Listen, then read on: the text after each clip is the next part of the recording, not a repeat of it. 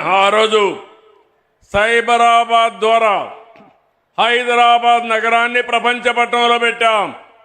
ఈరోజు అమరావతి మళ్లీ కట్టి అమరావతి దేవతల రాజధాని, అమరావతి ప్రజా రాజధాని. ఈ అమరావతి ప్రపంచానికి ఒక నమూనాగా దీన్ని తయారు చేసే అవకాశం తీసుకుందాం. అలాంటి అవకాశం తీసుకుని ఈ రాజధాని నిర్మాణం చేస్తాం. అదే సమయంలో ఇంకొక పక్క మీరు చూస్తే నేను ఒకే విషయం మీ అందరినీ కోరుతున్నాను. పోయిన సంవత్సరం దగ్గర 6,282 టీఎంసీ నీళ్లు గోదావరి కృష్ణాలో సముద్రంలోకి వెళ్ళాయి. గోదావరిలో నీళ్లు పుష్కరంగా ఉన్నాయి. అందుకే మీరు చూసినప్పుడు నేను ఎప్పుడు కూడా గోదావరి నీళ్లు వాడుకుంటే ఎప్పుడు నేను అడ్డు చెప్పలేదు. విభజన తర్వాత కాళేశ్వరం ప్రాజెక్టు కట్టినప్పుడు గోదావరి పైన ఎన్ని ప్రాజెక్టులు కట్టినా పర్వాలేదు, మనకు నీళ్లు వస్తాయనే ఉద్దేశంతో నేను ముందుకెళ్ళాను.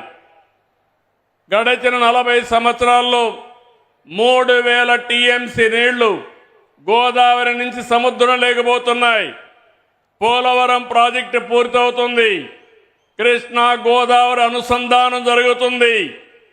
నా జీవితంలో ఒకటే కోరిక, ప్రపంచంలో తక్కువ నీటి వినియోగం చేసే దేశం భారతదేశం. ఎన్నో సంవత్సరాలుగా పోరాడుతున్నా, ఎన్నో సంవత్సరాలుగా ప్రయత్నం చేస్తున్నా, గంగా కావేరి కలవాలి, దేశంలో నీటి సమస్య పూర్తిగా పరిష్కారం కావాలనేది నా అభీష్టమని మరొక్కసారి మీ అందరికీ విజ్ఞప్తి చేస్తున్నాను.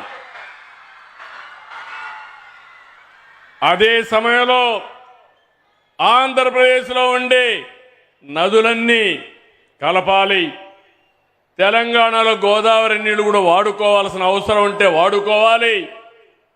తెలుగు రాష్ట్రాల మధ్య విద్వేషాలు కాదు, సమైక్యత అవసరం. ఒకరినొకరు అర్థం చేసుకోవాల్సిన అవసరం ఉంది. అందరం కలిసి ముందుకు పోవాల్సిన అవసరం ఉంది. ఎంతోమంది త్యాగాలు చేశారు. ఇది రాజకీయ వేదిక కాదు కాబట్టి నేను అన్ని విషయాలు మాట్లాడను. ఐక్యత వరకే ఇక్కడ మాట్లాడతాను. మిగిలిన విషయాలన్నీ బయట చెప్తాను. కానీ నా జీవితాశయం ఒకటి, నీటి విషయంలో కానీ సహకారంలో కానీ తెలుగు వారందరూ కలిసి ఉండాలి.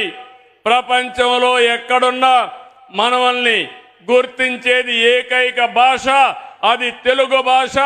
ఆ భాష ముందుకు పోవాలంటే, తెలుగు జాతి ప్రపంచంలో నెంబర్ 1 కావాలంటే మనకు కూడా ఐకమత్యం అవసరం అని చెప్పి మరొక్కసారి తెలియజేస్తున్నా.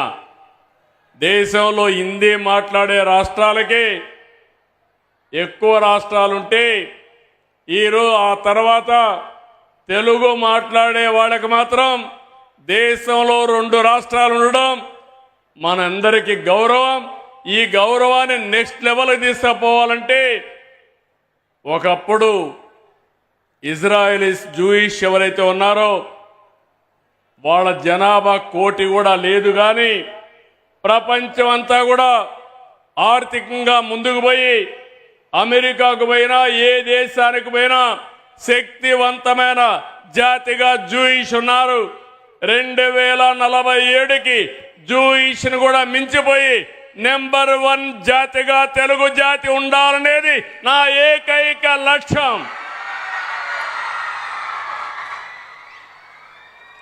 అందులో ఈరోజు ఇక్కడుండే మన మిత్రులందరూ ఇక్కడ ఉన్నారు. వారందరినీ అభినందిస్తున్నా. 3వ ప్రపంచ తెలుగు మహాసభలు, ఈ సభల్ని నిర్వహించినటువంటి ఆర్గనైజేషన్ని మనస్ఫూర్తిగా అభినందిస్తూ ఇప్పుడే కొన్ని విషయాలు మాట్లాడారు. టీచర్స్ అందరూ వచ్చారు. వారందరికీ వచ్చిన వారికి ఓడీగా అనుమతి